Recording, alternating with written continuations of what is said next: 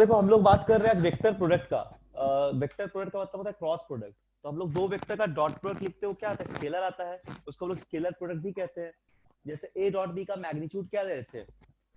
A B cos theta ले रहे थे और एक स्केलर दे रहा था। बट जो ए क्रॉस बी है उसका मैग्नीट्यूड हम लोग क्या ले रहे हैं? ए बी साइन थीटा ले रहे हैं। Magnitude of A into magnitude of B sine theta. और एक यहाँ पे एन कैप लिख रहे हैं। एन कैप मतलब क्योंकि ये वेक्टर है तो वेक्टर चूंकि है तो इसका डायरेक्शन भी होगा। इसका डायरेक्शन कैसे निकालते हैं हम लोग? हम लोग राइट हैंड थंब रूल्स का डायरेक्शन निकालते हैं। जैसे मान लो ए क्रॉस बी करेंगे, ठीक है, हाथ को कर्ल करेंगे, तो जो फिंगर जो हमारा थंब होगा वो ए क्रॉस बी का डायरेक्शन देगा। मतलब देखो हम डायग्राम से यहाँ बता देंगे। जैसे मान लो एक प्लेन है, ये प्लेन में ए से बी की तरफ जा रहे हैं। सर कौन से चैप्टर पढ़ा रहे हैं? अभी पढ़ा रहे वेक्टर प्रोडक्ट, वेक्टर में क्रॉस प्रोडक्ट, ठीक है। पिछले क्लास में लोग डॉट प्रोडक्ट तक कर लिए थे, आज हम लोग क्रॉस प्रोडक्ट डिस्कस करेंगे और उसका प्रॉब्लम सब सॉल्व करेंगे। पिछला क्लास किए थे ना? नो सर, आज नए। अच्छा आज फर्स्ट क्लास है, ओके। तो हो सकता है थोड़ा दिक्कत हो, बट प्रीवियस क्लास सब देख लेना, वीडियो होगा तुम्हारा, रिकॉर्डेड भी रहता है यूट्यूब में। तुम जेई लेक्चर करके देखना, उसमें सारा क्लास मिल जाएगा, तो एक बार उसको रिवाइज कर लेना। इसके अलावा भी कोई डाउट होगा तो एक बार ग्रुप में पूछना कि समझ में नहीं आएगा तो हो सकता है थोड़ा दिक्कत होगा तुमको कि पहला क्लास है तो। Yes sir. ठीक है, तो आज हम लोग देख लो, समझ में हो सकता आ भी जाए। वेक्टर प्रोडक्ट देख रहे हैं, धीरे धीरे सीखो। उसके बाद अगर शुरू का कोई दिक्कत होगा तो हम फिर से उसको वीडियो देख लेना, और तब भी दिक्कत होगा हम डिस्कस कर देंगे। ठीक है, तो ध्यान से देखो अभी। तो देखो यहाँ पे एक डायग्राम दिखा रहे हैं, एक सेकेंड स्क्रीन पे देखना।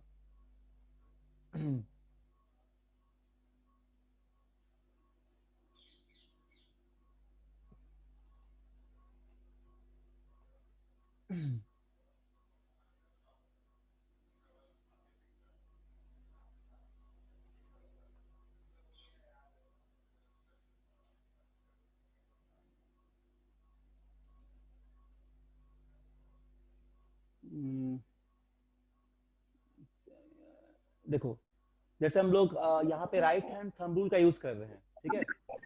यहाँ पे डायरेक्शन निकालने के लिए राइट हैंड थंब रूल का यूज कर रहे हैं। तो जैसे मान लो कि ये वाला हम लोग ऐसे, यहाँ पे देखो ध्यान से, यहाँ पे ध्यान से देखो। यहाँ पे हम लोग क्या कर रहे हैं कि इसको वेक्टर ए लिए हैं, ठीक है, और ये हम लोग वेक्टर बी लिए हैं। तो हम लोग अपने हाथ को ऐसे घुमा रहे हैं, कैसे जा रहे हैं? ए से बी की तरफ जा रहे हैं, इस तरह हाथ को कर्ल कर रहे हैं, ए से बी की तरफ ऐसे घूम रहे हैं। तो ये जो थंब है ना, ये थंब हम लोग को देगा, क्या डायरेक्शन देगा? ये ए क्रॉस बी का डायरेक्शन देगा। ये थंब जो है, ये जो पॉइंट कर रहा है, ये एक ए क्रॉस बी का डायरेक्शन दे रहा है। किसी का माइक ऑन है तो ऑफ कर दो, क्योंकि नॉइज आ रहा है। अगर कोई डाउट होगा तो ऑन कर लेना, पूछ लेना ऑन करके, ठीक है। तो ये थंब जो है, ये तुम्हारा ए क्रॉस बी देगा, ठीक है। तो इस प्लेन का ये परपेंडिकुलर है, ये वेक्टर का इस प्लेन का परपेंडिकुलर है। समझ में आ गया? तो इस तरह डिफाइन करते हैं दो वेक्टर को, और डायरेक्शन निकालते हैं हम लोग by the use of right hand thumb rule. अपने हाथ को कर्ल करेंगे हम लोग, और जो थंब होगा वो ए क्रॉस बी का डायरेक्शन देगा। उल्टा बी क्रॉस ए करोगे तो थंब नीचे की तरफ दिखाएगा, यानी कि इसका डायरेक्शन ठीक पलट जाएगा। तो इसको हम लोग फाइंड आउट कर रहे हैं with the help of right hand thumb rule, ठीक है। डायरेक्शन निकालते हैं with the help of right hand thumb rule, right hand thumb rule. समझ में आ गया ना? तो ये इसका डायरेक्शन निकालने का है। अच्छा, इसके बाद कुछ प्रॉपर्टीज का हम लोग डिस्कस करते हैं। इसके बाद ये समझ में आ गया, क्रॉस बी को हम लोग ए बी साइन थीटा लिखते हैं, इनकैप मतलब डायरेक्शन भी बताता है। फिर हम लोग डिस्कस कर रहे हैं, ध्यान से देखना, properties of cross product, properties of cross product या वेक्टर प्रोडक्ट, ठीक है। तो देखो पहला प्रॉपर्टी तुमको यहाँ पे दिख रहा होगा कि ये एंटी कम्यूटेटिव है, मतलब क्रॉस प्रोडक्ट एंटी कम्यूटेटिव। जैसे डॉट प्रोडक्ट में देखे थे कि कम्यूटेटिव को फॉलो करता है, बट जो क्रॉस प्रोडक्ट है, ठीक है, इट इज एंटी कम्यूटेटिव। किन्हीं का माइक ऑन होगा तो ऑफ कर दो, क्योंकि नॉइज आता है। अगर कुछ पूछना होगा तो ऑन करना। ये हो जाएगा एंटी कम्यूटेटिव। इसका मतलब क्या है? इसका मतलब ये है कि बी क्रॉस ए जो होगा वो इक्वल नहीं होगा ए क्रॉस बी के, क्योंकि डायरेक्शन पलट जा रहा है। समझ में आ गया? बी क्रॉस ए या A cross B is not equal to B hello cross A. Sir, किसी का माइक ऑन है? हाँ हेलो बोलो, हाँ बोलो। सर, किसी का माइक ऑन है, आवाज नहीं आ रहा है ठीक से। हाँ हाँ, हम ऑफ करा देते हैं। सर रवि, आपका भी आवाज कम आ अमन, रहा है। जिनका ऑन है नवीन, नवीन माइक ऑफ कर दो। नवीन माइक ऑफ कर दो, माइक ऑफ कर दो नवीन। जिनका माइक ऑन है ऑफ कर दो, यहाँ पे दिख रहा है किनका ऑन है। ठीक है, बाकी अभी सबका ऑफ है। ठीक है, तो जिनको पूछना हो ऑन कर लेना, जिनको जिनको पूछना हो ऑन कर लेना। ठीक है, चलो, ये तो फिर नॉइज आ जाता है, सुनाई नहीं देगा। तो ये एंटी कम्यूटेटिव है। एंटी कम्यूटेटिव का मतलब क्या होता है कि A cross B is not equal to B cross A. क्योंकि यदि तुम देखो ए क्रॉस बी करोगे, ये डायग्राम पे यहाँ पे देखो, अच्छा यहाँ बना रहे डायग्राम, देखो ध्यान से। अगर तुम मान लो ए क्रॉस बी करोगे, तुम्हारा कैसे बनेगा? ये तुम वेक्टर ए लोगे, ठीक है, और यहाँ पे तुम वेक्टर बी लोगे, तो तुम ए से बी की तरफ जा रहे हो, तो ऐसा तुमको एक डायरेक्शन मिलेगा परपेंडिकुलर दिस प्लेन। इस प्लेन का परपेंडिकुलर जो क्या देगा? ए क्रॉस बी। ठीक है, जो क्या हो जाएगा? जो हो जाएगा नॉर्मल टू द प्लेन, ये हो जाएगा normal to the plane of, normal to the plane of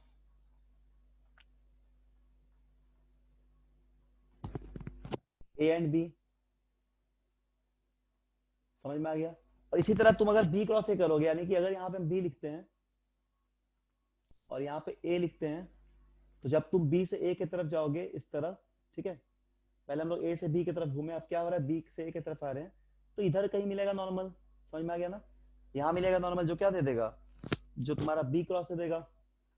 तो देख रहे हो ना, दोनों का डायरेक्शन बिल्कुल ऑपोजिट है। ठीक है, दोनों का डायरेक्शन बिल्कुल ऑपोजिट है।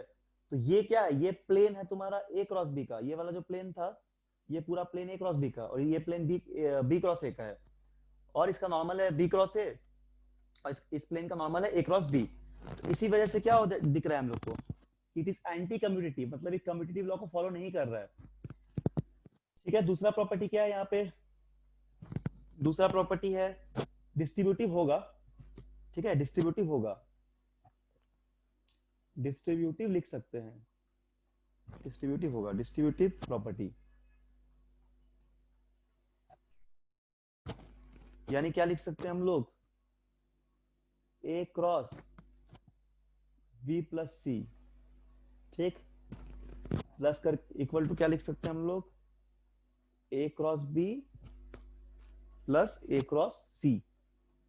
ऐसा हम लोग लिख सकते हैं, इसको बोलते हैं डिस्ट्रीब्यूटिव लॉ। ठीक है, ये हो सकता है। अच्छा, इसके अलावा क्या होता है? एसोसिएटिव होता है, एसोसिएटिव होता है,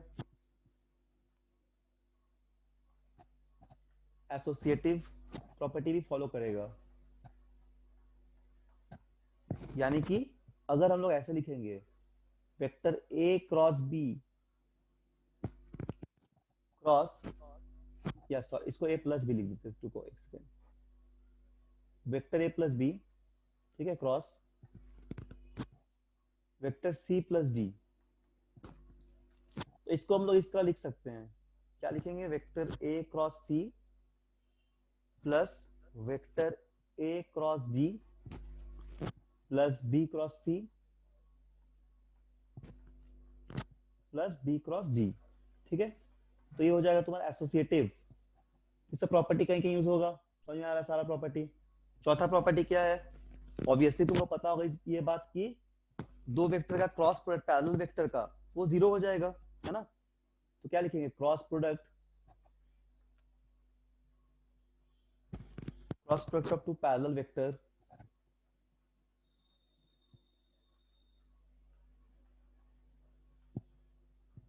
पैरेलल वेक्टर्स। तो क्या हो जाएगा? जीरो हो जाएगा, क्योंकि इसमें एंगल कितना है? दो पैरेलल वेक्टर के बीच इधर 0 डिग्री, नहीं तो फिर 180 डिग्री। तो इसी वजह से यहाँ पे थीटा क्या हो जाएगा? 0 ले लेंगे फॉर पैरेलल वेक्टर, और पैरेलल क्या ले रहे? थीटा 0 ले रहे हैं हम लोग।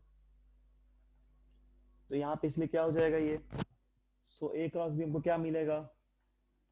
0 मिल जाएगा, मतलब जीरो वेक्टर मिल जाएगा, इसको नल वेक्टर भी बोलते हैं। तो A B sine theta N cap, तो ये 0 आ जाएगा या फिर 0 वेक्टर। ठीक है, तो cross product of two parallel vector is 0। समझ में आ रहा है? अच्छा, इसके बाद हम लोग देखते हैं कि यूनिट वेक्टर का कैसे हम लोग क्रॉस प्रोडक्ट निकालेंगे। ठीक, तो देखते हैं हम लोग cross product of unit vectors. देखो ध्यान से, क्रॉस प्रोडक्ट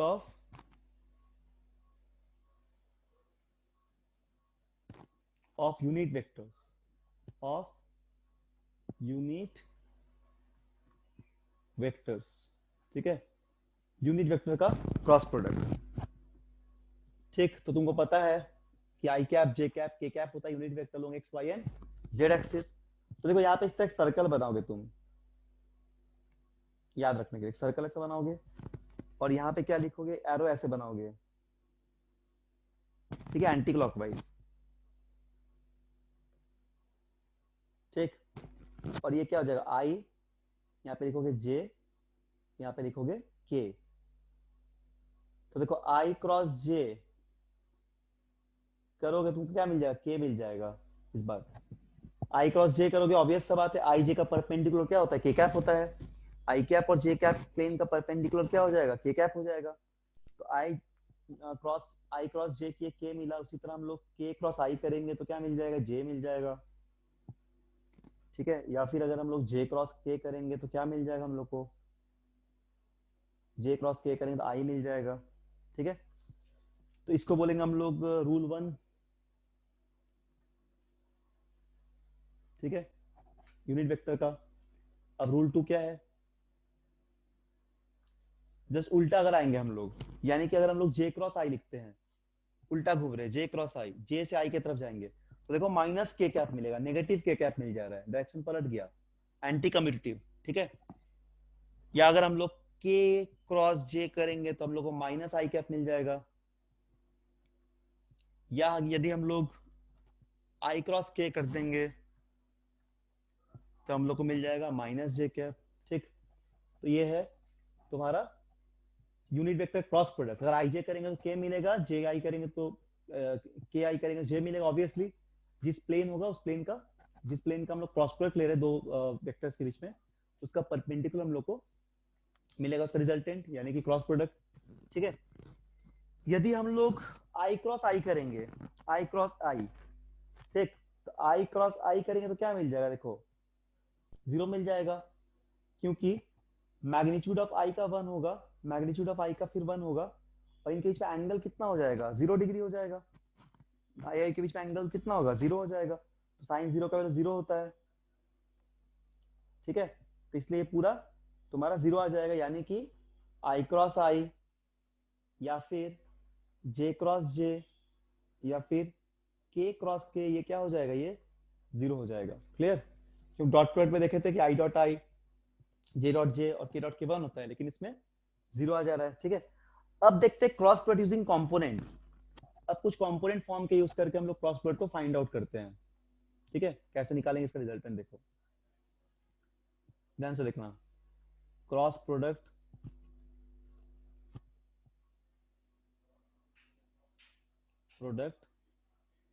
ठीक है, क्रॉस प्रोडक्ट मेथड 1 में देखते हैं हम लोग।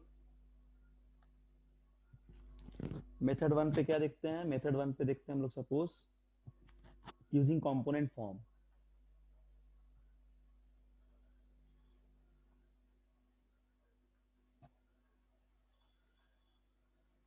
ठीक, तो सपोज मान लो यहाँ पे कि एक वेक्टर, हम लोग यूनिट वेक्टर क्या लेते हैं, देखो यहाँ ध्यान से, एक यूनिट वेक्टर सपोज हम ले रहे हैं यहाँ पे ए को जिस तरह लिखते हैं कंपोनेंट में, ए एक्स आई कैप सबको लिखना आता है, पिछले क्लास में डिस्कस कर चुके हैं। फिर क्या लिखते हैं, ए वाई जे कैप और ए जेड के कैप, ये वेक्टर ए का कंपोनेंट है। और वेक्टर बी के कंपोनेंट को क्या लिखते हैं हम लोग, बी एक्स आई कैप, बी वाई जे कैप और बी जेड के कैप। ठीक है, तो हम लोग यदि यहाँ पे ए क्रॉस बी कर रहे हैं तो यहाँ पे तो क्या लिखेंगे, A x I cap plus A Y J cap plus A Z के कैप, ठीक है, क्रॉस बी एक्स आई कैप प्लस बी वाई जे कैप प्लस बी जेड के कैप। सभी को समझ में आ रहा होगा, ठीक है। इनका हम लोग कंपोनेंट के फॉर्म में लिए दो वेक्टर्स को और क्रॉस प्रोडक्ट कर रहे हैं।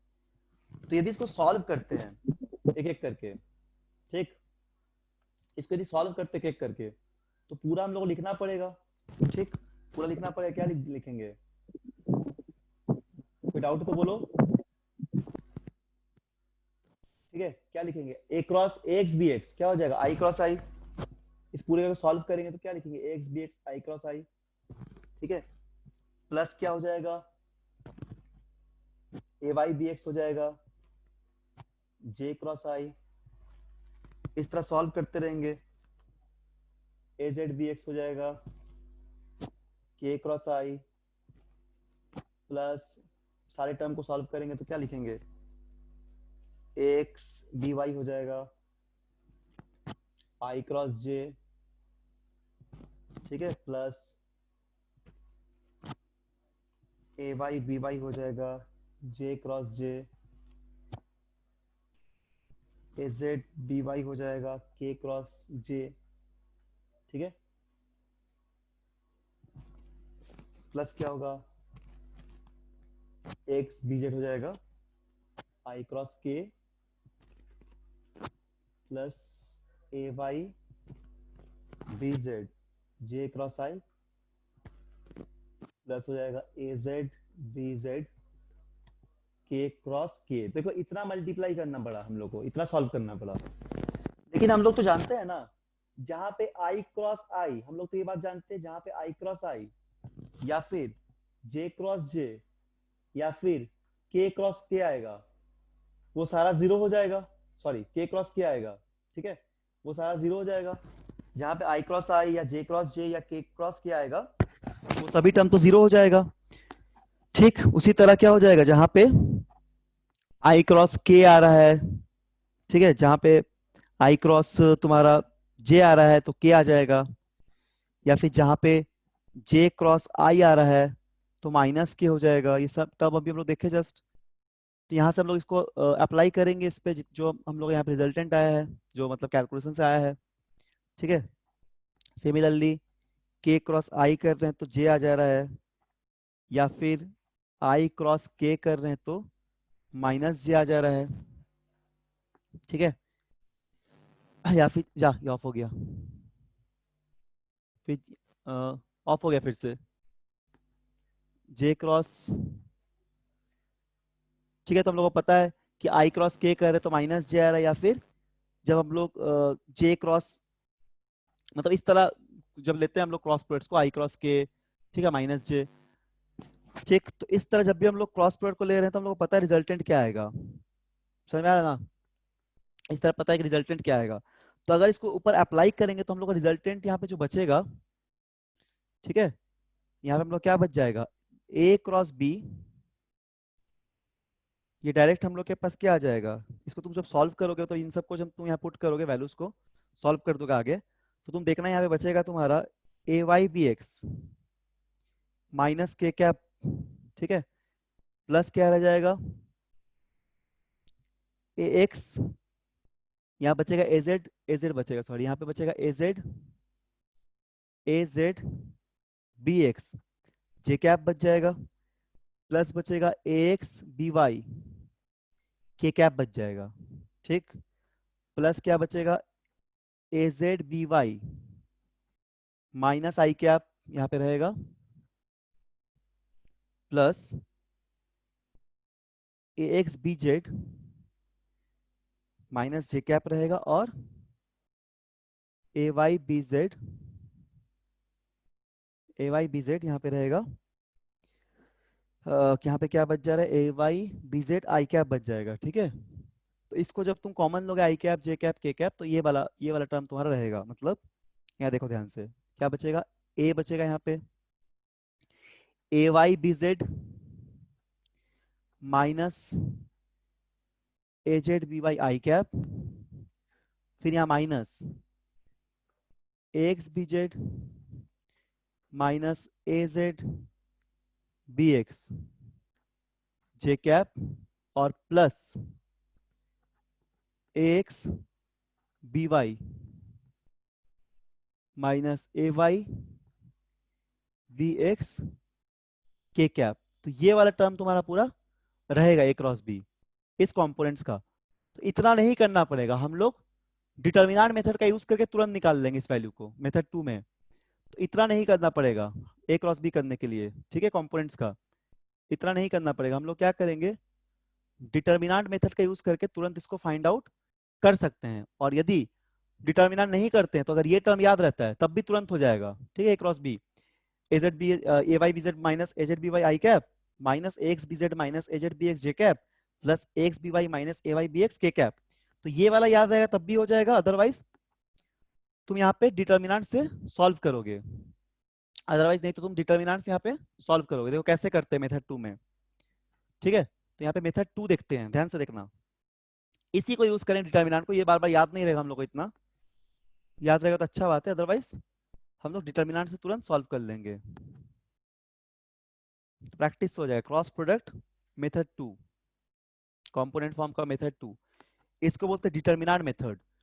डिटर्मिनेंट तुम मैथ्स में क्लास 12th क्लास में पढ़ोगे डिटर्मिनेंट, और जो लोग आईसीएससी बोर्ड से वो 10th क्लास में पढ़े होंगे डिटर्मिनेंट मेथड, ठीक है। क्लास 12th में एक चैप्टर, देखो कैसे सॉल्व करते हैं। देखो मान लो कि हम लोग के पास फिर से यहाँ पे दो वेक्टर है वही कंपोनेंट फॉर्म में। यहाँ वेक्टर ए दिया हुआ है कितना, एक्स आई कैप, ठीक है, प्लस ए वाई जे कैप प्लस ए जेड के कैप, और वेक्टर बी दिया हुआ है बी एक्स आई कैप प्लस बी वाई जे कैप बी जेड के कैप, ठीक है। ये हम लोग क्रॉस प्रोडक्ट लिखते हैं, क्या लिखते हैं, ए क्रॉस बी। तो ऐसे लिखेंगे, ए क्रॉस बी लिखेंगे, फिर यहाँ पे इस तरह के ब्रैकेट बनाएंगे, इसको बोलते हैं डिटर्मिनेंट। ऐसा बड़ा सा एक इस तरह का एक सीधा ऐसे ब्रैकेट टाइप का बनाएंगे, ठीक है, इसको डिटर्मिनेंट बोलते हैं। इस तरह बनाएंगे और यहाँ पे लिख देंगे जो आई कैप, जो यूनिट वेक्टर्स है जे कैप और के कैप। और ए क्रॉस बी है तो पहले ए के कोफिशिएंट्स को लिखेंगे। यहाँ पे क्या लिखेंगे, ए एक्स लिखेंगे, ए वाई लिखेंगे और ए जेड लिखेंगे। फिर बी के कोफिशिएंट्स को लिखेंगे, बी एक्स बी वाई और बी जेड। क्लियर है, ऐसे लिख देंगे, ऐसे लिख देंगे, ठीक है। अब देखो सॉल्व कैसे करते हैं, एक एक करके देखो। सबसे पहले क्या करोगे तुम, क्या करोगे, इस आई को हटाओगे, मतलब ये वाला चीज को भूल जाओगे। यहाँ पे देखो, एक सेकंड रुको, ब्लू से हम बना दे रहे हैं। रुको एक सेकंड, देखो सबसे पहले क्या करोगे तुम, इसको रिमूव करोगे, इस चीज को भूल जाओगे, ठीक है, ऐसे इसको हटा दोगे तो क्या बच जाएगा तुम्हारे पास। तो इसको इस तरह लिखोगे और इसको हटाने का वैसे क्रॉस मल्टीप्लाई करोगे इस तरह, ठीक है। ए वाई बी जेड के साथ करोगे, फिर माइनस करके बी वाई ए जेड के साथ करोगे। समझ में आ गया। तो जिसको हटाते हो, जैसे मान लो आई कैप को यहाँ पे तुमने हटाया, तो आई कैप को यहाँ पे ऐसे लिख दोगे आई कैप, और फिर क्रॉस मल्टीप्लाई कर रहे हो, ठीक है, तुरंत होगा प्रैक्टिस से। फिर ऐसे क्रॉस मल्टीप्लाई कर रहे हो तो क्या लिखोगे, क्रॉस मल्टीप्लाई से क्या आ रहा है, ए वाई आ रहा है, बी जेड आ रहा है, ठीक है, माइनस क्या आ जाएगा, बी वाई आ जाएगा, ए जेड आ जाएगा, ठीक है। समझ में आ गया, ऐसा आ जाएगा, ठीक। फिर यदि तो हम लोग ऐसा आई कैप कर देंगे, फिर नेक्स्ट हम लोग जे कैप को यहाँ पे हटा देंगे। तो नेक्स्ट हम लोग यहाँ पे येलो से करते हैं, इस जे कैप को ऐसे हटा देंगे, ये वाला इस चीज को हटाएंगे, ठीक है। और बचेगा हम लोग का टर्म कौन सा, ये बच जाएगा A X B X A Y B Z.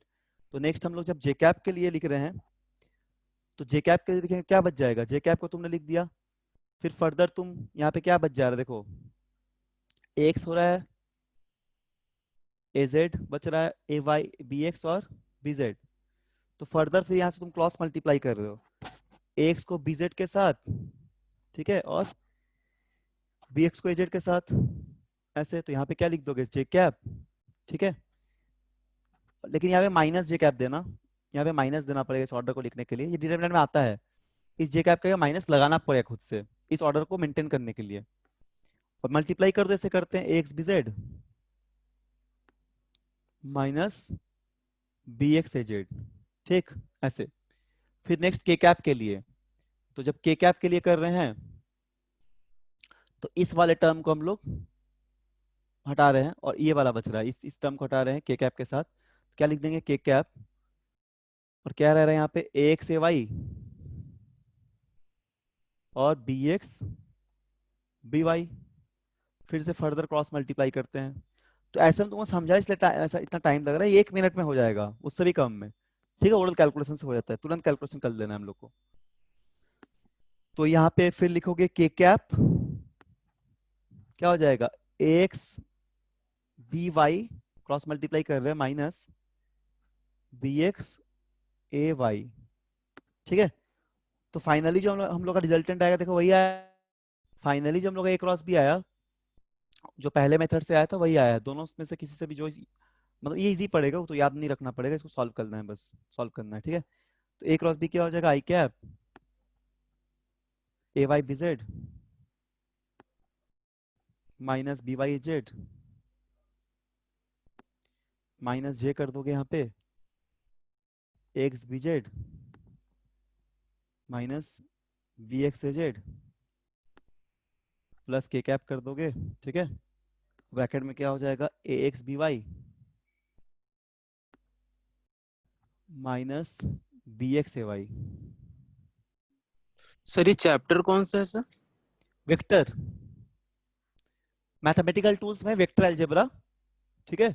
ये फिजिक्स में तुम्हारा यूज होगा, फिजिक्स जब तुम काइनेमेटिक्स शुरू करोगे, पूरे फिजिक्स में 11th 12th में वेक्टर का बहुत यूज होगा। अब वेक्टर कंपोनेंट्स, वेक्टर प्रोडक्ट, मतलब वेक्टर प्रोडक्ट का, ठीक है, वेक्टर रिजोल्यूशंस का, क्योंकि फोर्स मोमेंटम, उसके बाद तुम्हारा मैग्नेटिक फील्ड इलेक्ट्रिक फील्ड सब वेक्टर क्वांटिटी है, तो सबको हम लोग वेक्टर मैथ से ही सॉल्व करना पड़ेगा, इसलिए वेक्टर का बहुत यूज है। तो इसलिए हम लोग शुरू में मैथमेटिकल टूल्स के बाद वेक्टर ही पढ़ाते हैं, समझ में आ गया। तो इसको अगर छूटा होगा क्लास तो तुम लेक्चर सब यूट्यूब में होगा, तुम देख लेना, प्लेलिस्ट में होगा सारा जेई का लेक्चर वेक्टर का, तुम एक बार देख लेना, तुमको समझ में आ जाएगा। यूट्यूब में क्या सर्च करेंगे? Smart prep academy official Bokaro search करना, यस सर। ठीक है। उसमें तुम जाना, वेक्टर जेई करके देखना, एक प्लेलिस्ट होगा वेक्टर जेई 2022, उसमें लेक्चर 1 लेक्चर 2 लेक्चर 3 करके डाला हुआ है पूरा, जहां तक पढ़ाते हैं सारा रिकॉर्ड रहता है ये वाला लेक्चर, तो उसमें आराम से समझ लेना। नहीं, नीट का मत देखना, नीट का अलग सिलेबस चल रहा है, तो जेई का देखना, और पूरा तुमको शुरू से क्लियर हो जाएगा, ये सब भी रिकॉर्ड मतलब डाल दिया जाएगा पूरा, ठीक है। ठीक तो सर। कोई डाउट होगा तो फिर तुम पूछ सकते हो, तुमको आराम से वहां पे समझ में आ जाएगा, ठीक। ठीक है। चलो जी लोग क्लास की हो तो समझ ही रहे हैं, चलो एक क्वेश्चन यहाँ करते हैं। अच्छा, और एक चीज आप बता रहे नोट में, देखो ध्यान से, यहाँ तक सबको क्लियर है? नोट डाउन करते रहो, कॉपी पेन लेके बैठो, क्योंकि प्रॉब्लम देंगे तो तुम लोग सॉल्व भी करना है, ठीक। देखो नोट में यहाँ पे क्या बात बता रहे हैं, मान लो कि हम लोग को पैरेललोग्राम का एक पैरेललोग्राम दिया हुआ है, ये दो वेक्टर है, ये वेक्टर हो जाएगा P, ये वेक्टर हो जाएगा Q, और ये एक वेक्टर है मान लो PS, ठीक है। एक PQ और PS है, दोनों का टेल कोइंसाइड किया दो वेक्टर्स का। इस वेक्टर का नाम दे दिए वेक्टर B, इस वेक्टर का नाम दे दिए वेक्टर A, ठीक है, और यहाँ पे PQ इस नाम दे दिए। ऐसे एक पैरेललोग्राम ड्रॉ किए, सपोज ऐसे एक पैरेललोग्राम ड्रॉ किए, ठीक है। तो देखो अगर ये एंगल थीटा होगा, थीटा मतलब वेक्टर के बीच का एंगल, टेल मेथड बताएं पहले भी, और यहां से एक नॉर्मल ड्रॉप करा दे रहे हैं, यहां से एक नॉर्मल ऐसे ड्रॉप करा दे रहे हैं, ये हाइट है, ठीक, यहाँ पे नाम दे दिया n।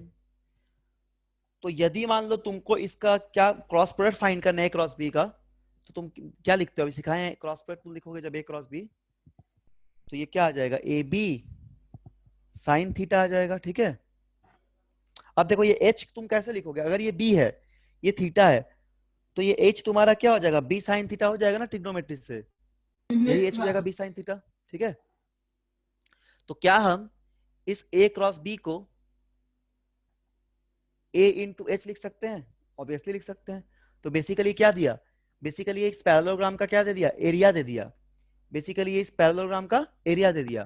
तो अगर हम लोग एरिया फाइंड करना है पैरेललोग्राम का, तो हम लोग क्रॉस प्रोडक्ट का मैग्नीट्यूड निकालेंगे, हम लोग क्रॉस प्रोडक्ट निकाल के उसका मैग्नीट्यूड निकालेंगे, तो हम लोग को क्या मिल जाएगा, पैरेललोग्राम का एरिया मिल जाएगा।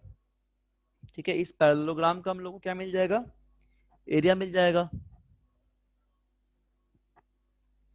ठीक है, इस पैरेललोग्राम का हम लोग को एरिया मिल जाएगा अगर हम लोग क्रॉस प्रोडक्ट करके मैग्नीट्यूड निकालते हैं।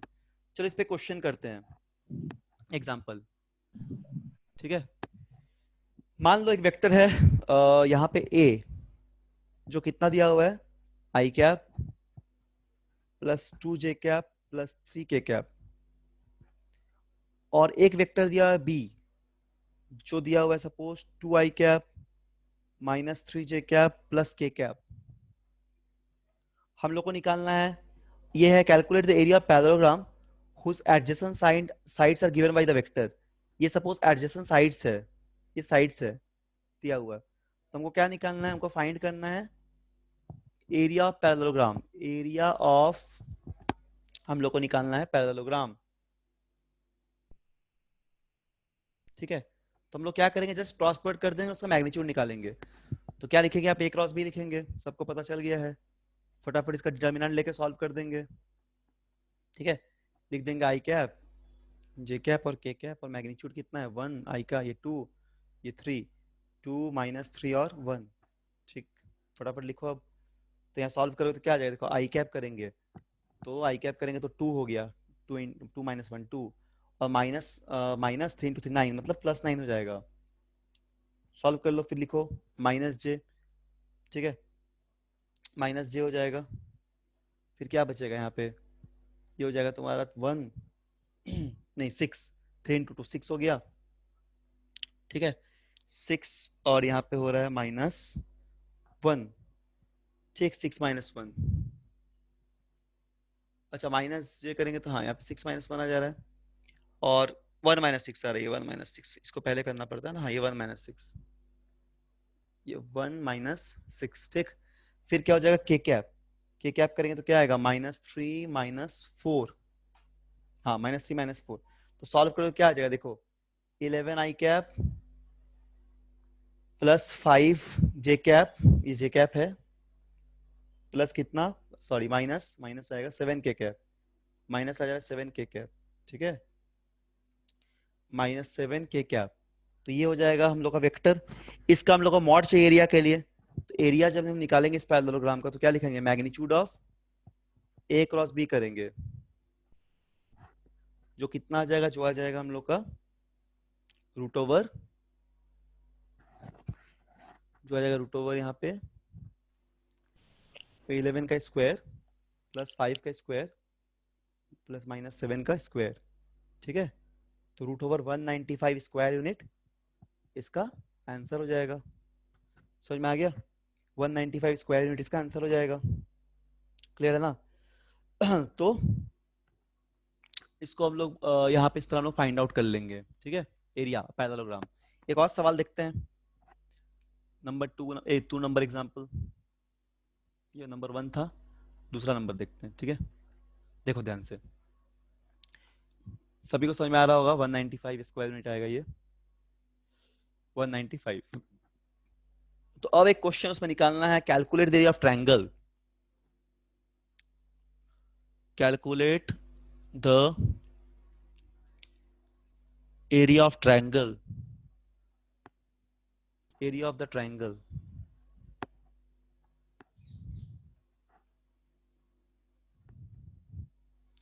डिटरमाइन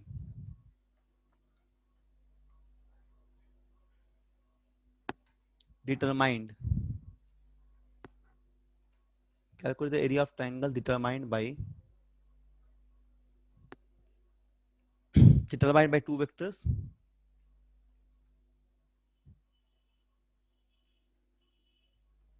एक वेक्टर A दिया हुआ है 3i cap plus 4j cap, और एक वेक्टर B दिया हुआ है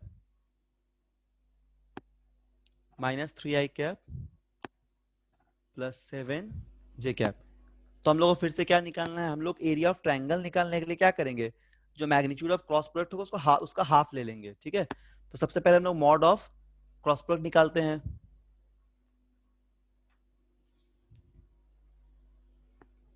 कितना हो जाएगा, I cap J cap K cap, clear. और 3 4 0 -3 7 और 0। ठीक, इसको सॉल्व कर लेते हैं। कोफिशिएंट लिख दिए 340 और -370, ये 4 है। तो तुम क्या सॉल्व करो, आई कैप क्या आएगा, 0 - 0 आ जाएगा, माइनस जे कैप भी 16.5 स्क्वायर यूनिट्स। कितना 16.5। हेलो। हाँ यस। ठीक है, देखते हैं चेक करके। ये के कैप हो जाएगा 12 21 + 12 है ना, तो 33 आ जा रहा है ना, ये 33 के कैप आ रहा है। तो मैग्नीट्यूड लोगे तो क्या हो जाएगा, सॉरी ये प्लस 33 33 के कैप बोल रहे हैं, सिर्फ 33 के कैप बच रहा है। तो मैग्नीट्यूड क्या हो जाएगा तुम्हारा, 33 का स्क्वायर हो जाएगा, बोलो है कि नहीं। 33 का स्क्वायर हो जाएगा मैग्नीट्यूड, तो बचेगा क्या, 33 हो जाएगा बचेगा। तो इसीलिए एरिया क्या हो जाएगा, हाँ 16.5 ना, ठीक है वेरी गुड। तो एरिया ऑफ ट्राइंगल हो जाएगा हाफ ए क्रॉस बी, ठीक है, यानी कि 33/2 स्क्वायर यूनिट 16.5। ठीक है, चलो तो ये तो समझ में आ गया। चलो ये क्वेश्चन बनाओ जल्दी से। और एक ये क्वेश्चन देखो क्या दिया है, थोड़ा अच्छा क्वेश्चन है, इसको ट्राई करना। ठीक है, इसको ही पूछेंगे तुम लोग से, जो जिनका बन जाएगा वो बता सकते हैं माइक ऑन करके, जिनका बन जाएगा आंसर आ जाएगा वो पहले माइक ऑन करके बता सकते हो। ठीक है, इसमें देखो क्या दिया है, इसे तो खैर प्रूफ करना है, तो बताना प्रूफ हुआ कि नहीं। देखो प्रूफ दैट, क्या करोगे कॉन्सेप्ट देखो यहाँ पे, प्रूफ दैट द वेक्टर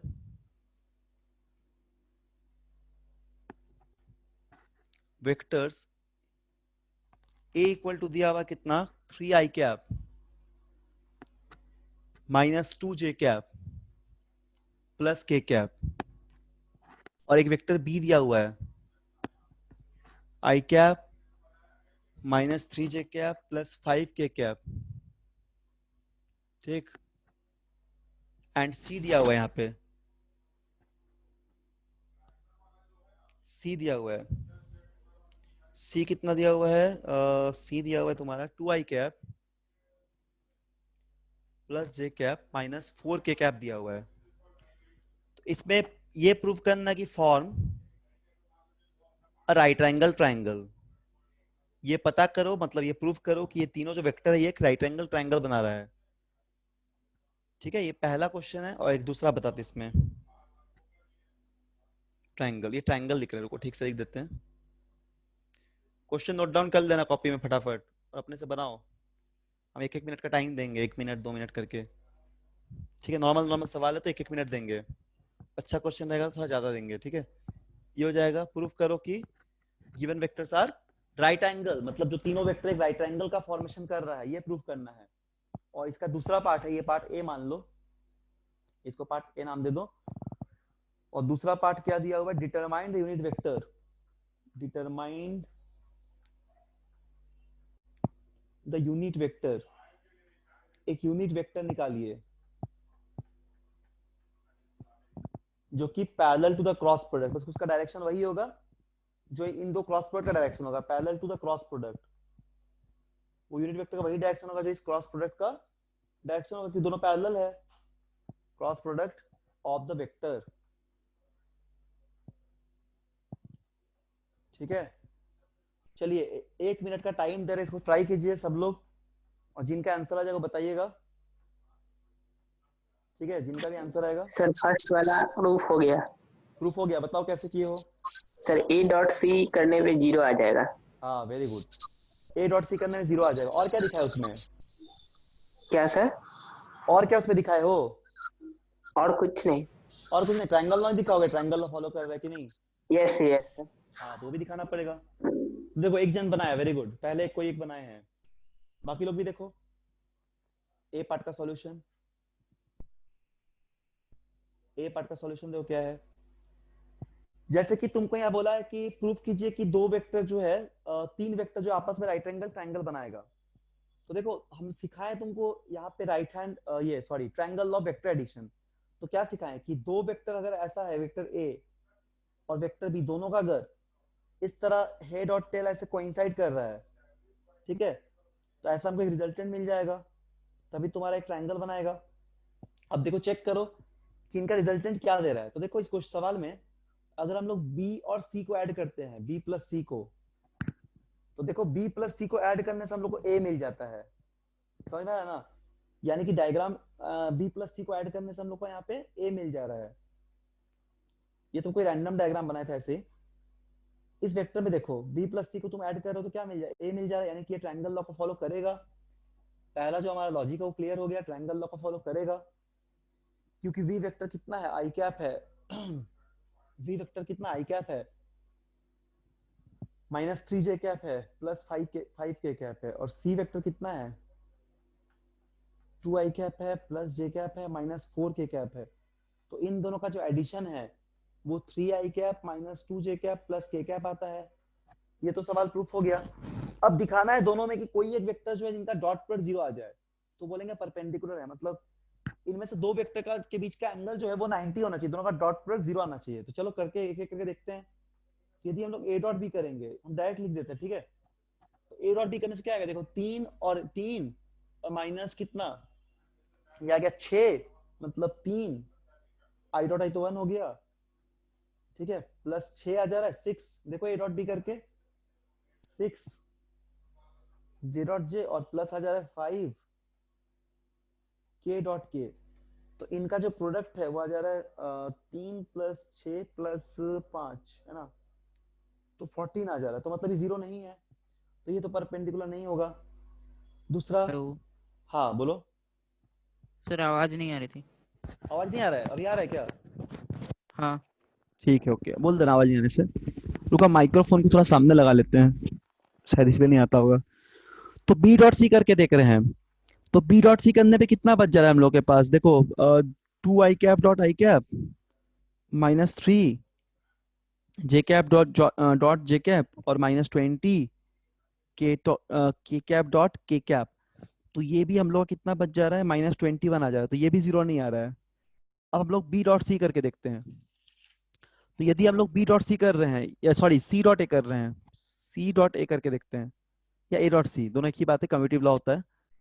तो ये कितना आ जाएगा, ये आ जाएगा 6 i dot i -2 j dot j और -4 k cap dot k cap. तो ये देखो आ गया 6 -2 -4 यानी कि 0।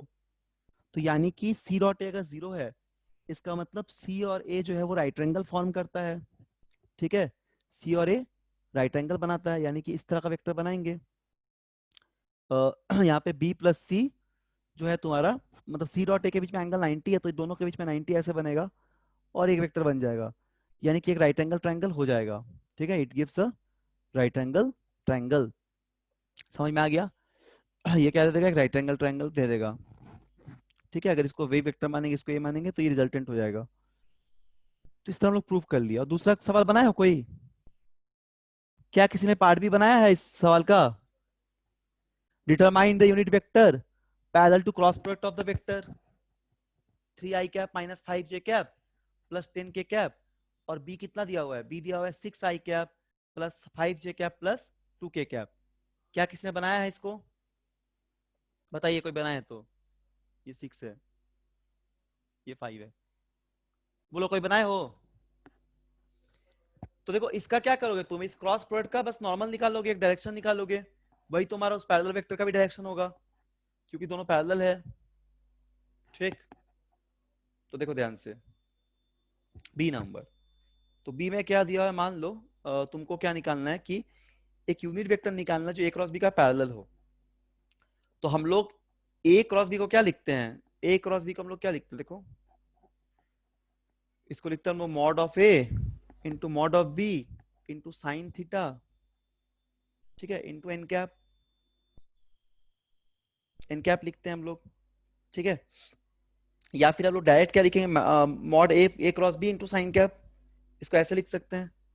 तो यहां से अपना जो एन कैप आता है, एक सेकेंड को, यहाँ पे जो डायरेक्शन एन कैप आता है, तो यूनिट वेक्टर के टर्म में अगर दिया हुआ है तो उसमें एंगल नहीं चाहिए, यहाँ पे यूनिट वेक्टर के टर्म में दिया हुआ है, तो डायरेक्ट क्या लिख सकते हैं, ये जो एन कैप आएगा ये हो जाएगा ए क्रॉस बी, यूनिट वेक्टर के टर्म में है, तो क्रॉस प्रोडक्ट निकालने जानते हैं हम लोग, और मॉड ऑफ कर देंगे ए क्रॉस बी, क्योंकि in terms of unit vector क्या होता है, ए क्रॉस बी हो जाएगा हमारा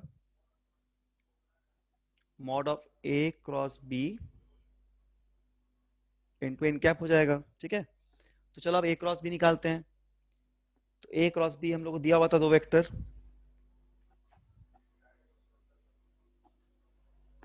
थ्री आई कैप प्लस सॉरी माइनस है ना माइनस 5j कैप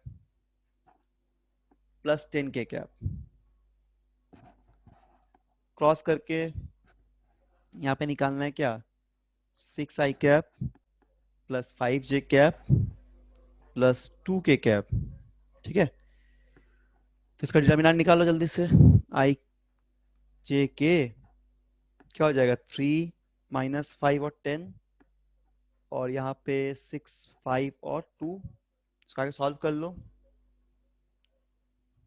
सॉल्व कर लोगे तो क्या आ जाएगा, i कैप यहाँ पे आ जाएगा -10, मतलब पूरा दैट लिख देते रिजल्ट। ठीक है, करके देखो डायरेक्ट रिजल्ट लिख देते हैं यहाँ पे। तो इसको सॉल्व करोगे तो आ जाएगा -60 आई कैप आ जाएगा प्लस 54 जे कैप आ जाएगा और प्लस 45 के कैप आ जाएगा।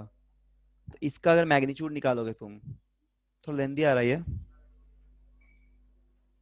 इसका अगर मैग्नीट्यूड निकालोगे तो आ जाएगा ए क्रॉस बी का मॉड। ठीक, ये कितना जाएगा, ये जाएगा रूट ओवर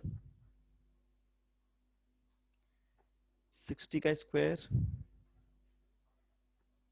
प्लस 54 का स्क्वायर प्लस 45 का स्क्वायर। तो ये तुम्हारे पास आ जाएगा टोटल रूट ओवर 8541। ठीक, तो रिक्वायर्ड वेक्टर कितना आ जाएगा अपने पास, रिक्वायर्ड वेक्टर आ जाएगा -60 आई कैप प्लस 54 जे कैप प्लस 45 के कैप। ठीक है, रूट ओवर 8541। तो ये हम लोग का रिक्वायर्ड यूनिट वेक्टर आ जाएगा, ये आंसर है। ठीक है, समझ में आ रहा होगा, बेसिक बेसिक बात सब जो है। ठीक, चलो एक और कुछ क्वेश्चन यहाँ बनाते हैं। देखो एक क्वेश्चन यहाँ पे लिखो, ये थोड़ा देखो, एक क्वेश्चन तुम्हारा एफ दिया हुआ है, फोर्स कितना दिया हुआ है, 2i cap -3j cap plus 4k cap Newton. ठीक है, और किसी पॉइंट में एक पोजीशन वेक्टर दिया हुआ है, सपोज पोजीशन वेक्टर किसी पॉइंट में दिया हुआ है 3i cap plus 2j cap plus 3k cap metre. तो तुमको निकालना है torque, find torque of the force. ये टॉर्क के बारे में तुमको अभी नहीं पता होगा क्लास 10 तक, तो इस टॉर्क को तुम क्लास 11 में रोटेशनल मोशन एक चैप्टर है मैकेनिक्स में पढ़ोगे, टर्निंग फोर्स बोलते हैं। ठीक है, जो एक फिक्स पॉइंट के अबाउट कोई अगर ऑब्जेक्ट टर्न करे, रोटेट करे तो टॉर्क लगेगा। तो अभी तुमको टॉर्क ऑफ फोर्स निकालना है। तो हम बताए थे टॉर्क क्या होता है। देखो टॉर्क तुमको निकालने बोला है ना, तुम ऐसे करोगे, टाउ का मतलब होता है यहाँ पे, टाउ को ऐसे लिखते हैं, ये टॉर्क का सिंबल है टाउ, TAU टाउ, ये ग्रीक अल्फाबेट है, तो टॉर्क फॉर टाउ। ठीक है, इसका सिंबल है। तो ये होता है R क्रॉस F, टॉर्क होता है R क्रॉस F। समझ में आ गया, ये टॉर्क होता है, टॉर्क को लिखते हैं हम लोग R क्रॉस F। तो बताओ यहाँ पे सब लोग कि कितना यहाँ पे टॉर्क होगा जल्दी से।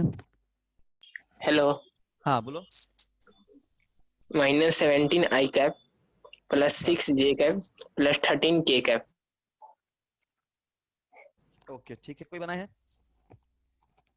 नॉर्मल, बस कैलकुलेशन करना है, सब लोग बना लो। ठीक है ना, सब लोग बना लो, नॉर्मल कैलकुलेशन बस करना है। तो टॉर्क निकालना है, टॉर्क का मतलब होता है क्या, R क्रॉस F। टॉर्क में हम लोग R क्रॉस F करेंगे। ठीक है, टॉर्क में हम लोग R क्रॉस F कर लेंगे।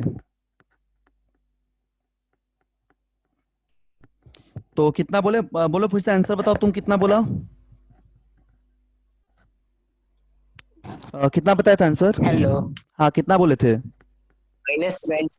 -17 आई कैप अच्छा, प्लस 6 जे कैप प्लस 13 के कैप। अच्छा माइनस प्लस का प्रॉब्लम हो रहा है। ठीक है, कहीं कैलकुलेशन चेक कर लेना एक बार, हम सही तो लिखे हैं ना क्वेश्चन। क्वेश्चन देख लेते हैं। 17 आई कैप -6 जे कैप हाँ -13 के कैप। यस यही आएगा, बिल्कुल सही। सेकंड जिन्होंने आंसर बताया वही आएगा, 17 आई कैप माइनस 6 जे कैप माइनस 13 के कैप, ये वाला आएगा। ठीक है, कहीं कैलकुलेशन चेक कर लेना थोड़ा, क्योंकि देखो क्या करना है, आर क्रॉस एफ करना है, टॉर्क को आर क्रॉस एफ लिख रहे हैं। ठीक है, दोनों सही बनाए, बस एक का माइनस में थोड़ा प्रॉब्लम हो गया साइन में, क्योंकि कहीं पे गड़बड़ किए हैं कैलकुलेशन में। तो बाकी जो सेकंड जिन्होंने बताया वो सही है।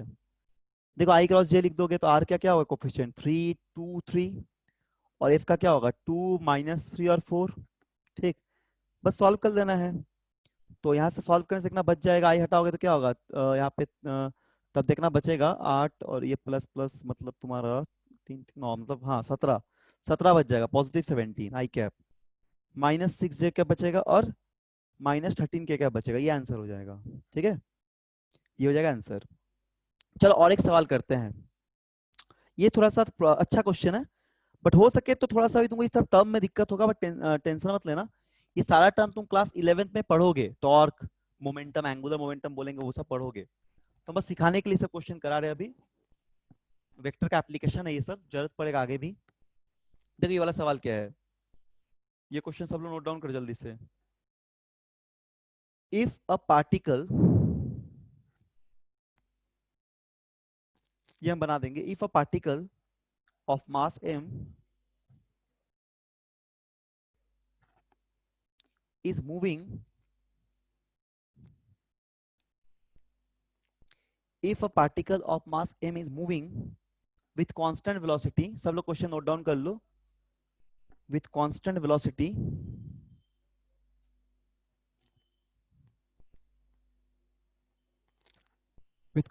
velocity v, ठीक है, parallel to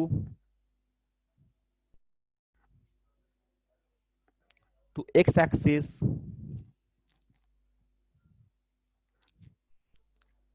in xy plane, ठीक, in xy plane as shown in the figure,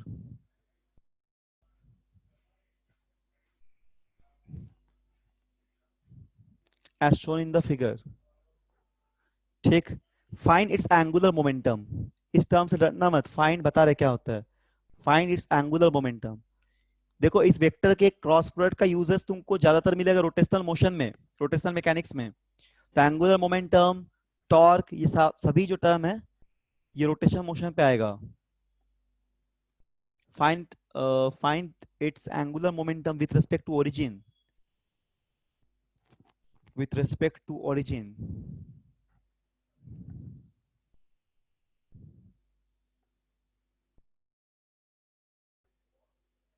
at any time t,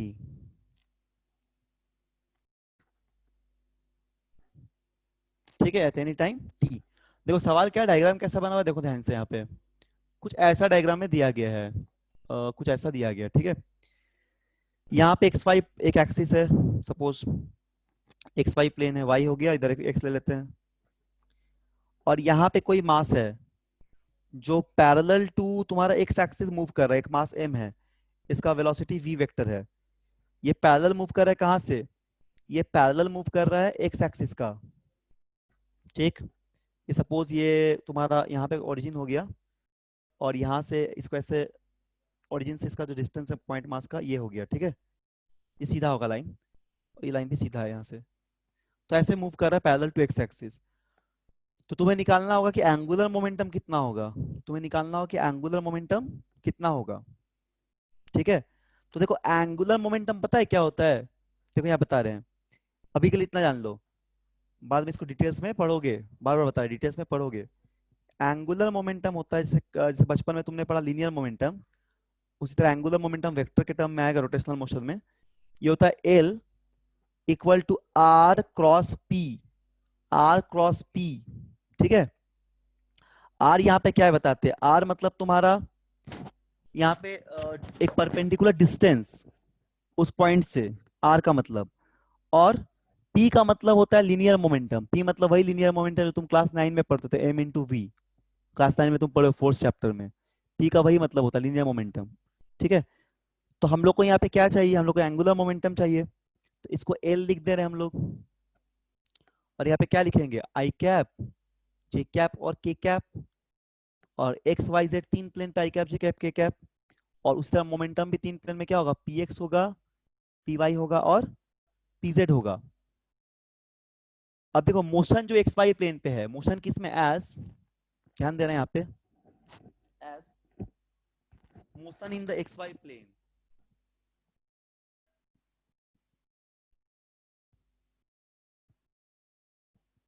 motion जो वो एक्स वाई प्लेन पे है,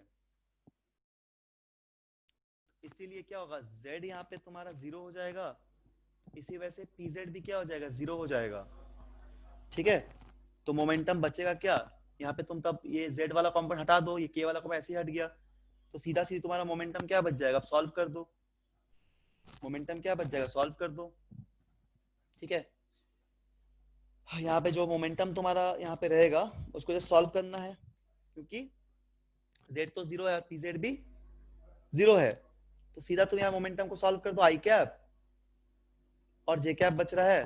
ठीक है, एक्स और वाई है और क्या है, पी एक्स और यहाँ पे पी वाई है। ठीक है, ऐसा बच जा रहा है, तो इनको सॉल्व कर देना है, तो क्या लिखेंगे यहाँ पे, यहाँ पे लिख देंगे आई। ठीक है, तो जस्ट सॉल्व कर लो इसको, तो क्या आएगा, एक्स यहाँ पे हो जाएगा, देखो डिटर्मिनेंट को सॉल्व कर रहे हैं, तो एक्स के साथ पी वाई मल्टीप्लाई हो जाएगा, पी वाई है ना। ठीक है, और माइनस कितना, तो देखो आई क्रॉस के, तो पहले ये के कैप आ जाएगा, आई क्रॉस जे कर रहे हैं तो पहले ही तो ये के कैप आ जाएगा ना, आई क्रॉस जे करेंगे तो बचेगा के कैप के टर्म में। एक एक करके हम लोग सॉल्व कर रहे हैं अगर, तो इन दोनों को मल्टीप्लाई कर दे रहे हैं ऐसे, और फिर इन दोनों को मल्टीप्लाई कर देंगे। ठीक है, के कैप के मतलब के कैप लेंगे तभी ना इन दोनों को मल्टीप्लाई कर पाएंगे, तो के कैप तो यहाँ बच ही जाएगा। दो डिटर्मिनेंट के लिए समझ रहे हो सब लोग, दो डिटर्मिनेंट के लिए के कैप को लिखेंगे, चूंकि के कैप यहाँ कोई टर्म नहीं तो 0 0 हो गया, बट ये तो बच जाएगा, तो के कैप रहेगा और साथ में क्या रहेगा, ये जैसे करते हैं सॉल्व, एक्स पी वाई और वाई पी एक्स रहेगा। रुको रुको एक सेकेंड, इसको थोड़ा बढ़िया पेन से लिख देते हैं। यहाँ पे के कैप बच जाएगा,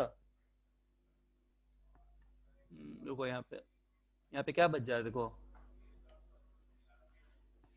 यहाँ बच जाएगा के कैप। ठीक,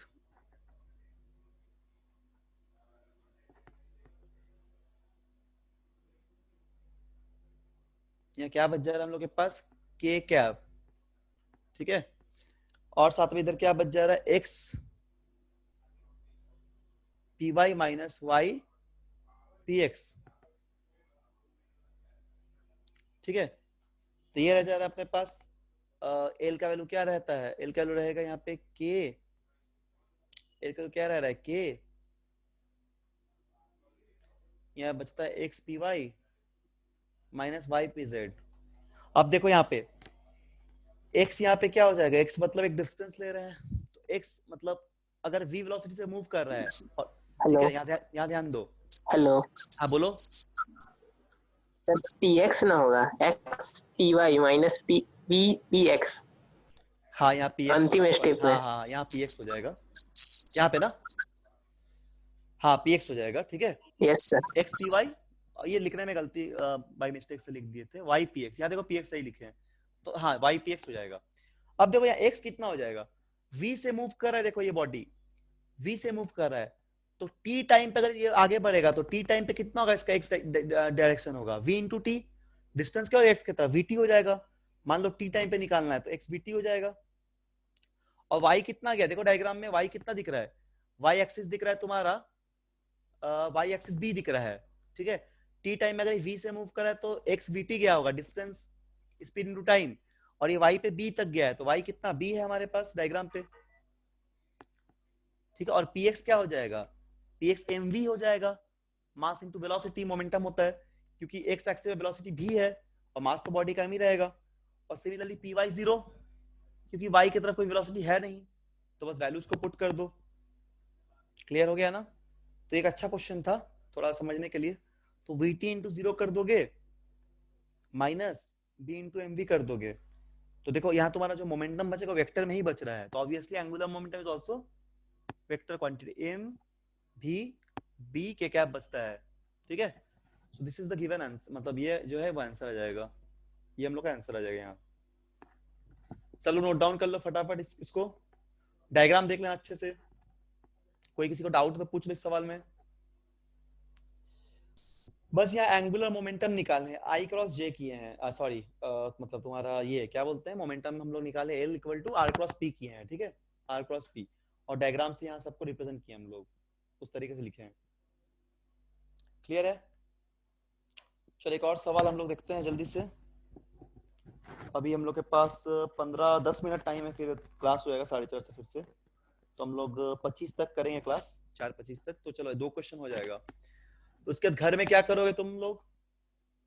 घर में सवाल सब बनाओ वेक्टर का, जो जो पढ़ा है, addition, subtraction, resolution, 3 dimensional resolutions, cross product, dot product, ये सभी का सवाल बनाओ। आज हम डीपीपी भी भेजेंगे कुछ ग्रुप में, डेली प्रैक्टिस प्रॉब्लम भेज देंगे आज, 3 सीट आज भेजेंगे, ठीक है, 3 सीट हम आज भेजेंगे, जिसमें तुम्हारा ऑलमोस्ट 30 क्वेश्चंस रहेगा, तो इसको देखना थोड़ा बना के आज, ठीक है, सब भेज देंगे आज। इसके अलावा एससी वर्मा से बना सकते हो, या जो भी तुम्हारे पास किताब अवेलेबल है उससे ऑब्जेक्टिव क्वेश्चन प्रैक्टिस करो जल्दी जल्दी, जो भी किताब है सब अच्छा होता है, किसी से भी तुम ट्राई कर सकते हो। चलो इसके बाद हम लोग एक और सवाल देखते हैं, इसको बनाओ। चलो इसको बनाओ, इजी क्वेश्चन है, 11 नंबर। कितना नंबर क्वेश्चन कराए थे वाले हम लोग? अच्छा क्वेश्चन नंबर नहीं दिए कुछ, ठीक है जो भी हो, चलो क्वेश्चन लिख देते हैं, 4-5 ही हुआ होगा ना अभी तक, क्वेश्चन लिख देते हैं, ठीक है। इस पे देखो क्या है कि द एंगल बिटवीन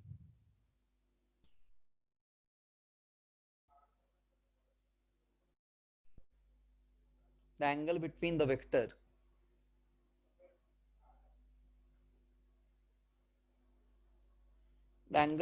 vector ठीक है, a and b is theta, दो वेक्टर के बीच में जो एंगल है वो थीटा है।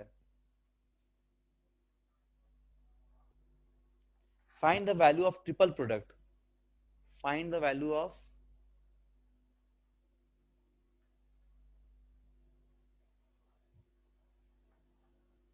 कोई बनाओगे तो बताना ऑन करके, ठीक। Find the value of triple product,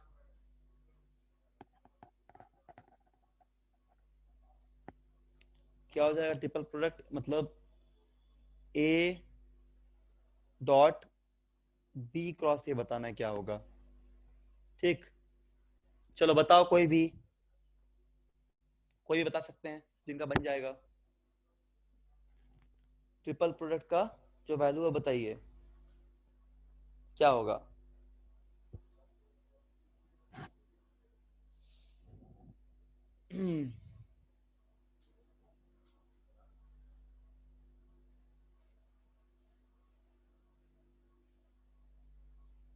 क्या होगा बोलो, बहुत सिंपल सा तो है। कितना आंसर आएगा बताओ, बोलो कोई भी। इस ट्रिपल प्रोडक्ट का क्या वैल्यू मिलेगा? What is the value of this triple product? बोलिए। a square b sin theta cos theta। नहीं, a square b sin theta cos theta नहीं होगा, 0 हो जाएगा ना इसका ट्रिपल प्रोडक्ट, क्योंकि देखो यदि हम लोग यहाँ पे b क्रॉस a निकालते हैं, अगर हम लोग यहाँ पे क्या निकालते हैं b क्रॉस a, तो देखो a dot b cross a है यहाँ पे, ठीक है, तो यानी कि यहाँ पे तो ये तो एक प्लेन पे है ना, डॉट प्रोडक्ट किए तो यहाँ पे मान लो कोई प्लेन पे है, a dot b cross a के साथ प्लेन पे है, तो इस अगर तुम ऐसे b क्रॉस a अगर तुम कर दोगे, ठीक है, तो जो वेक्टर आएगा रिजल्टेंट वेक्टर मान लो r या c कुछ भी आ रहा है, c आ रहा है, तो क्या हो जाएगा, इस a के साथ परपेंडिकुलर हो जाएगा ना, क्योंकि देखो ये जो है डॉट प्रोडक्ट स्केलर है, मतलब डॉट हाँ, प्रोडक्ट ऐसा वो दिख रहा है, डायरेक्शन निकालने के बाद। हाँ डायरेक्शन निकालने के बाद, क्योंकि ये हाँ। b क्रॉस, हाँ वेरी गुड, तो अगर ये b क्रॉस a है मान लो, इसका डॉट प्रोडक्ट कोई प्लेन पे लाई कर रहा है, ठीक है, ये कोई प्लेन पे लाई करेगा, तो c जो आएगा वो क्या हो जाएगा, ये a का परपेंडिकुलर हो जाएगा।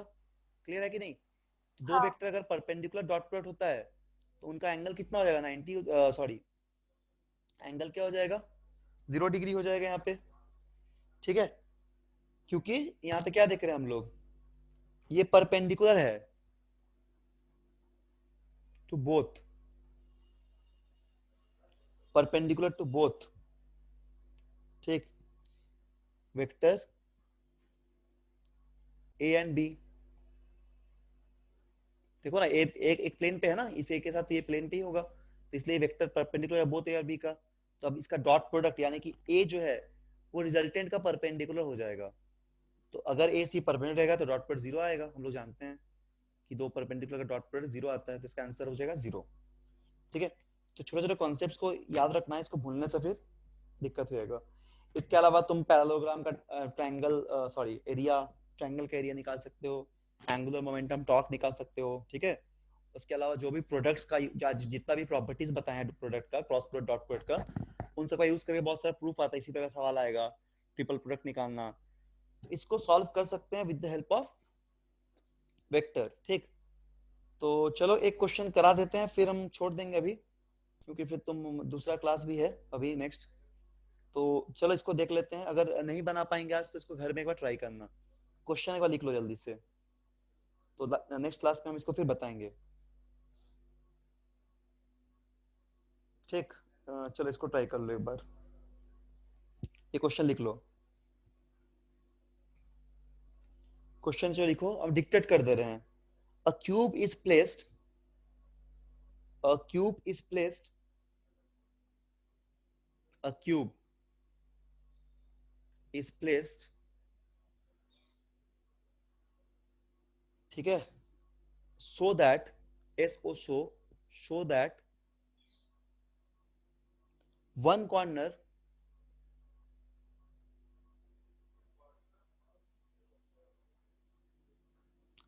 is at the origin,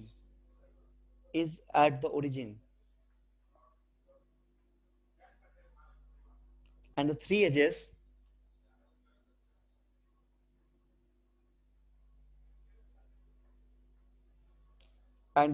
edges are along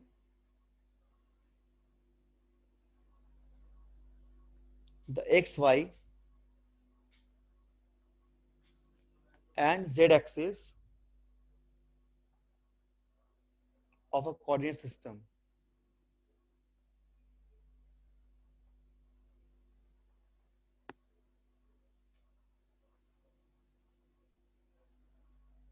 Used to compute coordinate system, ठीक है, तो use vector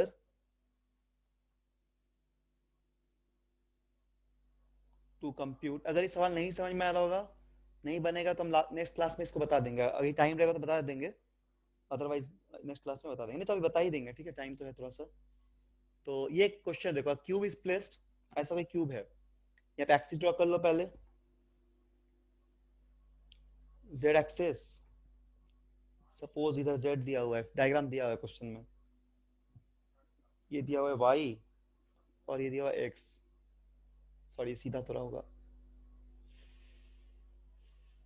ठीक है, तो ये एक्स वाई जेड वाई और यहाँ पे सपोज ये एक्स होगा, ऐसे क्यूब बना हुआ है। यहाँ पे ए दिया हुआ है, ये सी दिया हुआ है, ऐसे क्यूब है।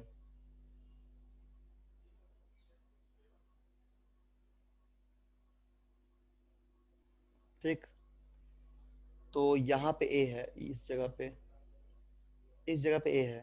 ठीक है, ये सी है, ये हो जाएगा तुम्हारा डी और ये है बी। ठीक है, तो पहला सवाल क्या होगा, यहाँ पे पहला बोला गया है the angle between,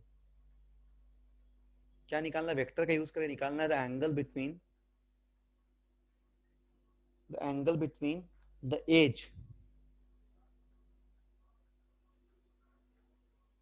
along the सर जेड। एक हाँ बार ए बी सी डी कौन कौन सा है वो बता दीजिए ना फिर से। हाँ हाँ हाँ, बता दे रहे, एक बार क्वेश्चन लिख के हम फिर बता दे रहे हैं। The angle between the edge along the Z axis, line A B, हम बता देंगे फिर से, समझा देंगे। ठीक है, एंड क्वेश्चन पर नोट डाउन कर लो, फिर हम फिर से बता दे रहे हैं। And the diagonal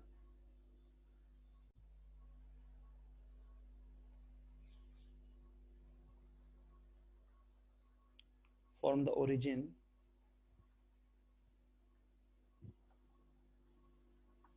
to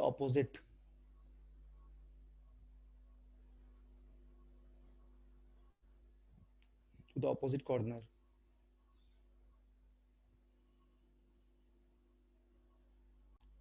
Line AD. एक सेकंड रुको, और एक उसका बी पार्ट भी है. The angle between line AC, ये क्या, ये the diagonal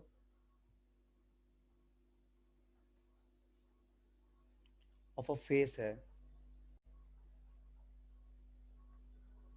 and line AD.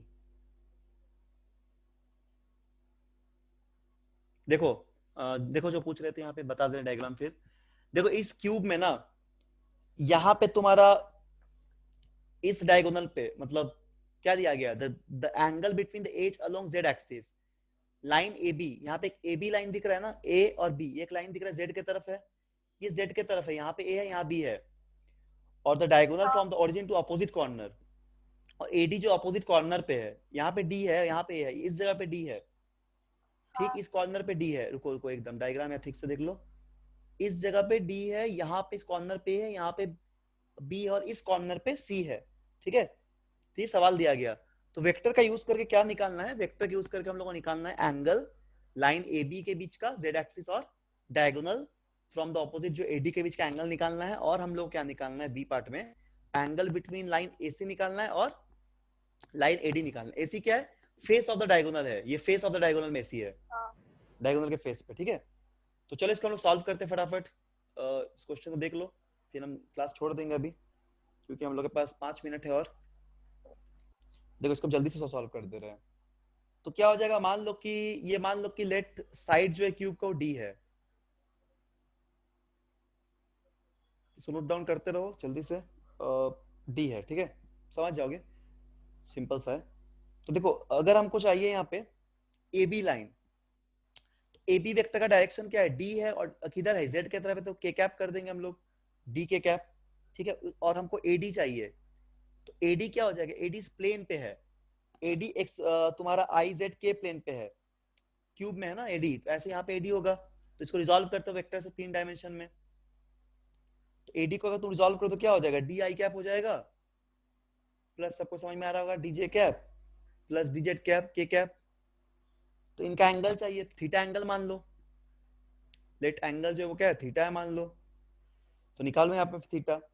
तो क्रॉस प्रोडक्ट में क्या लिखते हैं थीटा को, cos theta equal to AB dot AD हो जाएगा, और मॉड ऑफ AB हो जाएगा, और मॉड ऑफ AD हो जाएगा. ठीक है, तो A डॉट है कितना, सिर्फ D, बाकी तो I J के साथ 0 हो जा रहा है, तो K डॉट K खाली यहाँ पे बच रहा है, तो क्या होगा, D स्क्वायर हो जाएगा. और ये इसका मैग्नीट्यूड क्या होगा, D हो जा रहा है. ठीक है, और इसका होगा √3D, इसका होगा √3D.